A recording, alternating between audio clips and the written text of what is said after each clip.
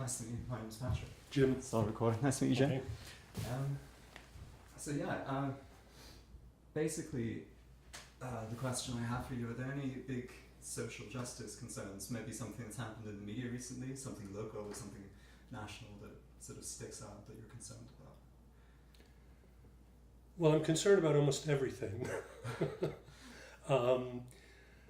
When you first said social justice, as I indicated to you before you turned the camera on, I mostly immediately thought of Black Lives Matter, which is, I guess, a capsule way of saying I thought of racism, which in the United States seems to me to be a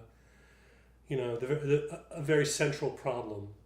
The reason it's a central problem is, aside from the suffering of the people who are subject to racism, inferior housing, education, medical care, life opportunities, harassment and oppression by the police, being murdered by the police. Sure. It's also the basis of a kind of divide and conquer strategy, which I think makes it very hard to achieve any other reasonable advancements in the society, which might be addressed. So, income distribution, workers' rights, Sure. Women's rights, gay rights. Yeah. I'm interested in because you said you're a psychoanalyst. Yes. I don't know, has racism changed in any way over the last number of years? Are the issues of racism? Well, I think it's become, until recently, until the advent of Trump, it's become impolite, or it had become impolite to be overtly racist. It doesn't seem to be impolite now to be overtly racist. But, I grew up in the 50s and 60s, so I grew up during the era of the what's seen as the great, civil rights movement, Martin Luther King and SNCC and the Southern Leadership Conference and Malcolm X and so forth. So, a lot of progress was made in terms of laws, giving voter rights, outlawing segregation, and so forth. I don't think America has ever dealt socially with racism. So, neighborhoods more or less continue to be segregated. I don't think it was very common for, people to deal with their own internalized racism, for white people to deal with their own issues of white privilege. I think if you ask most white people, they don't think that they're racist, but there's all sorts of, and I include myself in this, I'm not sure. There's all sorts of attitudes, assumptions, behaviors, which, express a certain kind of white privilege that is the air we breathe, and so we're not conscious of it. Yeah.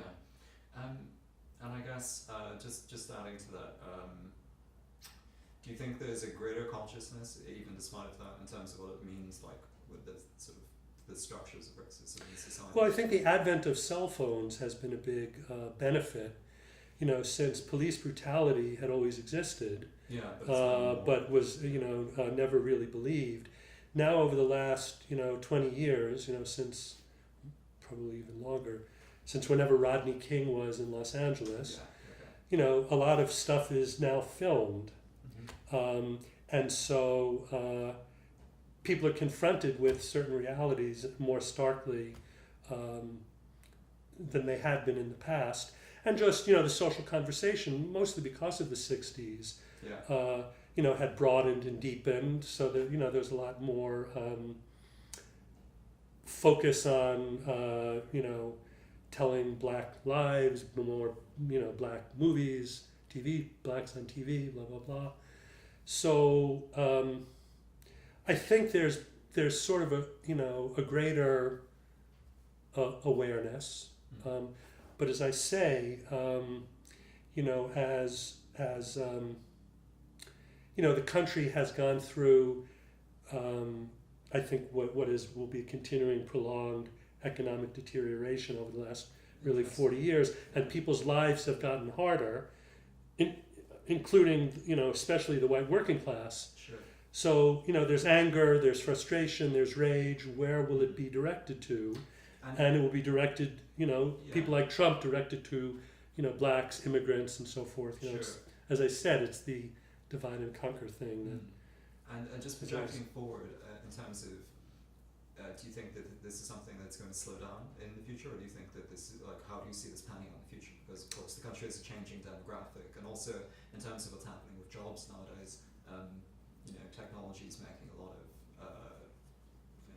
making a lot of people essentially go out of business, and the world is a much different place. Well, from what I've read about demographics, that seems to be promising. The country will be much more a country of color, as the years pass, which I hope will be a good thing. On the other hand, as I said, I think the country's in decline, and I think it'll continue to be in decline, and I think social tensions will therefore increase and exacerbate. And unfortunately, at this moment, people on the right seem much better at harnessing and challenging that discontent, than the left does. The left is much weaker. And why do you think that is? This is quite a big question. But if you look to Europe, it's the same situation. You have Macron. You have Le Pen in France. Well, I think that